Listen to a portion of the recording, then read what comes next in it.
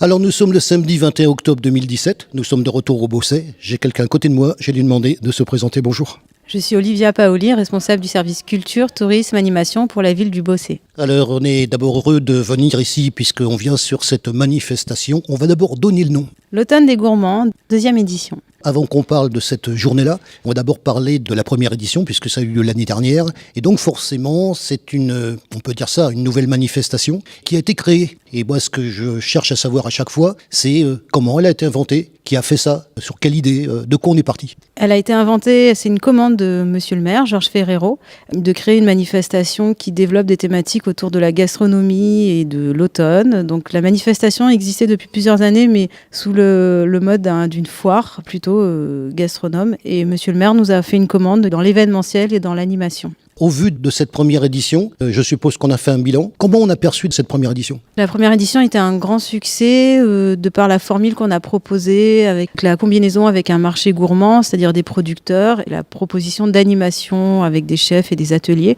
Donc on a souhaité renouveler la formule, quelque chose qui fait vraiment rester les gens sur la journée par la qualité des animations proposées, c'est-à-dire les achats qu'on peut faire sur place, mais aussi les animations qu'on peut faire, les gens qu'on peut rencontrer. Moi, je mets toujours l'accent sur la préparation. Je suppose qu'une manifestation comme celle-là, ça demande un temps de préparation, que les gens d'ailleurs n'ont pas nécessairement idée. Combien de temps pour préparer tout ceci ? Vous commencez à partir de quand ? 1 an, dès l'année dernière, à la fin de la première, de la journée l'année dernière, qui était également le 3e samedi du mois d'octobre. On a directement fait le bilan sur le choix de la date. On fait des feedbacks auprès des partenaires et des organisateurs pour se dire ce qui va et ce qui ne va pas. Donc on a commencé à travailler dès l'année dernière et c'est 1 an de préparation.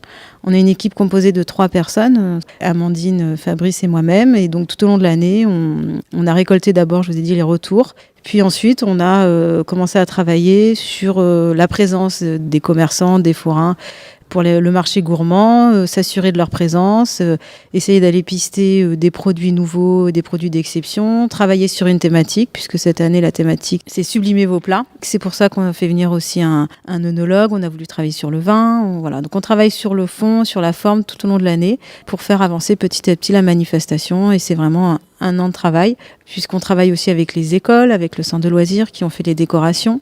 On travaille avec le CFA, qui est le centre de formation des apprentis avec le campus du Beausset. On travaille avec les artisans bouchers. Donc ce sont des institutions qui demandent un temps de travail assez long. Travailler sur la communication et surtout une planification. Je vais poser des questions aussi et qui concernent bien sûr le choix des exposants. Parce que ça, c'est quelque chose que j'ai noté, puisque vous savez que j'ai fait le tour. Sur quels critères vous basez votre choix au niveau des exposants ? Alors ça, c'est Fabrice qui est chargé de sélectionner les producteurs du marché gourmand. Le choix se fait sur la qualité des produits, sur la proximité et également sur l'originalité, donc sur la thématique de sublimer vos plats. Il a été chercher des producteurs de truffes, des choses qui sont vraiment originales, comme les escargots, comme des épices. Et on souhaite vraiment n'avoir qu'un produit pour ne pas avoir de concurrence, où il n'y ait pas de redondance. Et on travaille vraiment sur la qualité. L'objectif aussi, c'est de préparer les fêtes, les festivités de Noël qui arrivent vite. Donc c'est déjà pouvoir commencer à se donner des idées de ce qu'on va pouvoir faire à Noël, travailler sur les produits de saison. Et aussi, on a évidemment, par exemple, les incontournables, comme nos amis les tomatophiles du Beausset, parce qu'ils ont vraiment des produits d'exception. On a la chance de l'avoir sur notre territoire.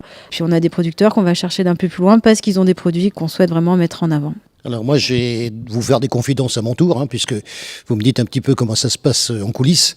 Moi, je viens de faire le tour, et je vais vous parler franchement, puisque vous savez que justement, on a des dégustations. Moi, tout ce que j'ai vu et tout ce que j'ai dégusté, je suis assez étonné d'ailleurs par la qualité de votre manifestation, parce que pratiquement tout ce que j'ai pu goûter, c'est franchement ahurissant. Je vous le dis franchement. C'est ahurissant au niveau de certaines choses.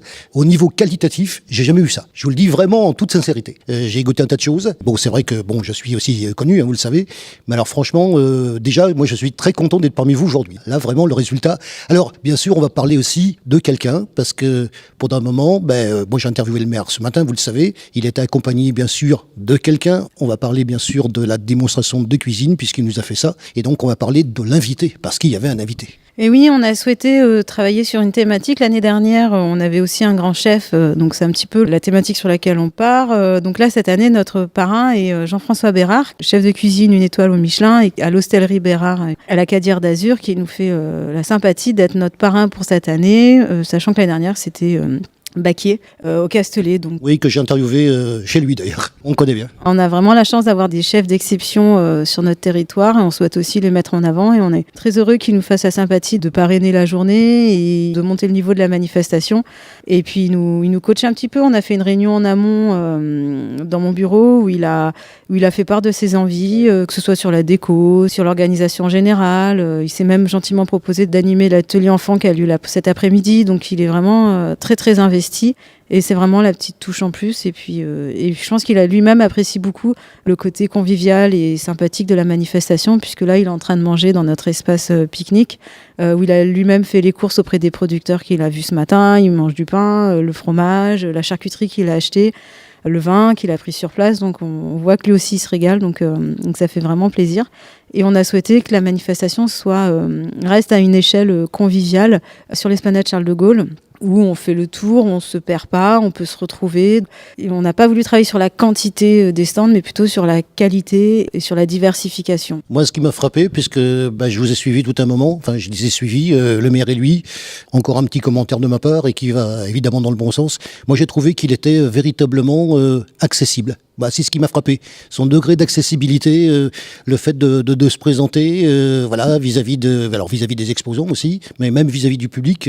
Comment vous percevez ça, vous, de sa part, justement? Il avait un côté, moi, tel que je l'ai perçu, il avait un côté chaleureux. Oui, mais il se régale, il est vraiment à la demande d'être en contact avec le public. À la fin de la démonstration de ce matin, il me disait qu'il était ravi parce que les gens lui posaient des questions, intervenaient, qu'il y avait vraiment une proximité avec le public et c'est ce qu'il souhaitait. C'est ce pourquoi, je pense, c'est ce qui lui a donné envie de venir à notre manifestation, c'est qu'on reste proche du public et on n'a pas d'ambition de devenir une grosse machine. Donc voilà, donc il est vraiment très très sympathique.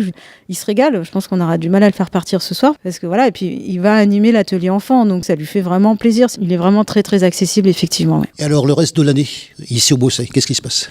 L'Automne des Gourmands s'inscrit dans une programmation annuelle qui est composée de différents rendez-vous saisonniers, qui sera terminée en fin d'année là, avec les festivités de Noël, entre autres une patinoire devant la mairie, sur la plage Jean Jaurès.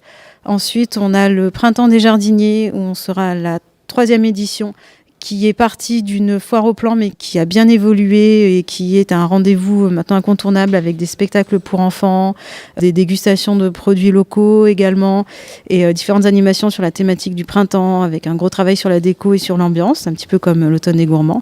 Et ensuite, on a une saison estivale avec des manifestations sur l'été, des concerts de musique du monde. On a eu un concert de l'Opéra de Toulon et on a eu entre autres Michael Jones. Et au cours de l'année, on propose aussi des spectacles variés, des spectacles de rue, du spectacle vivant et des expositions d'art contemporain.